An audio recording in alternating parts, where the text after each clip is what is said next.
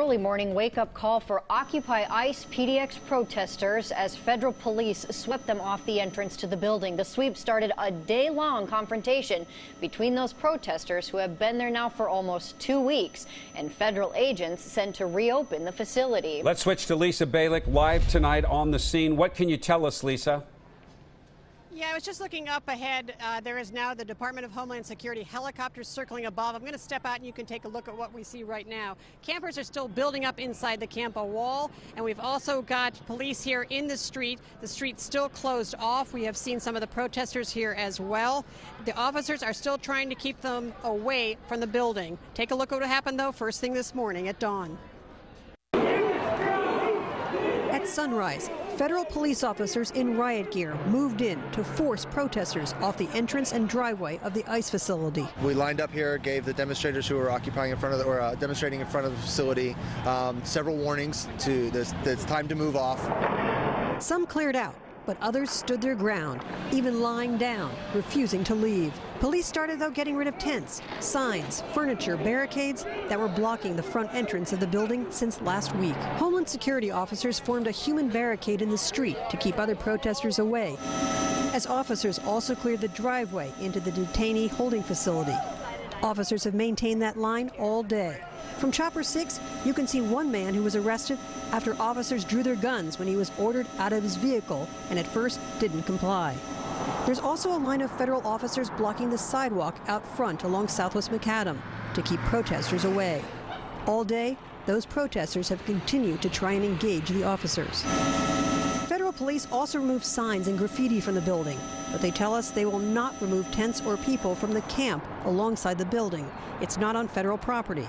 But protesters say police entered the camp and took items. We don't know if they intend to arrest more. Police officers also came into camp, plainclothes officers, and stole some cell phones from the charging table we assume to use as evidence. That happened after the initial push during the confusion.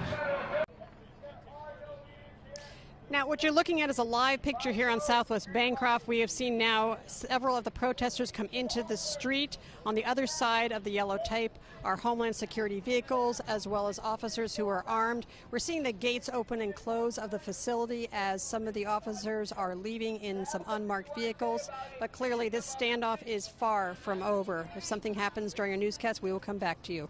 Back to you. All right, Lisa, and we do have team coverage on this ongoing occupation at the ICE building. We want to switch to our Jennifer Dowling, who's live down there as well, with the city's response to this protest. Jennifer? Good afternoon. Well, the city is being very hands-off about this. They're not even going to control traffic on city streets here. We asked them about that earlier today, even though we saw several accidents this afternoon. Residents say arrests and the new blockade surrounding the ICE facility ramped up disruptions for neighbors today. Today is probably the most commotion. Police, arresting people and news and all that stuff, so everybody's kind of stirred up. Some reported hearing sirens early this morning and megaphones as protesters fought against the removal of occupiers. I can see it very much affecting these folks that live here. While this area is set back from most major streets, the federal roadblock here has caused some dangerous traffic issues on Southwest Moody and Bancroft. While we were shooting the crowd, you could hear bystanders yelling at a driver who turned the wrong way on a one-way street. That driver nearly hit another vehicle head-on on Moody. It's worse than it's been the past few weeks. I emailed the mayor's office and police asking if the city would be doing traffic control here. Portland Police sent me an email saying they'd stopped doing traffic enforcement here a long time ago and referred me to Federal Protective Services. I emailed them but did not hear back. But yeah, if it was in another part of the city, I'm sure it would be a lot more commotion. There'd probably a lot more clashing. Despite concerns, many neighbors say they don't mind the protest as long as it's respectful. If you were in a rush right now, if you were trying to get out, it would be a little bit of a hindrance. But, at the same time, the message and what they are trying to accomplish is far greater than, a couple minutes of traffic. So the mayor did issue a statement reaffirming the city won't do anything about this camp. The statement read, "The city of Portland does not enforce federal immigration law, and I have been clear that Portland police will not be used to break up a nonviolent occupation on federal property of a federal agency that has its own police force." So my advice for drivers is, unless you're actually coming to this protest, I would avoid this area because, as I said, a lot of drivers are getting confused out here. Back to you.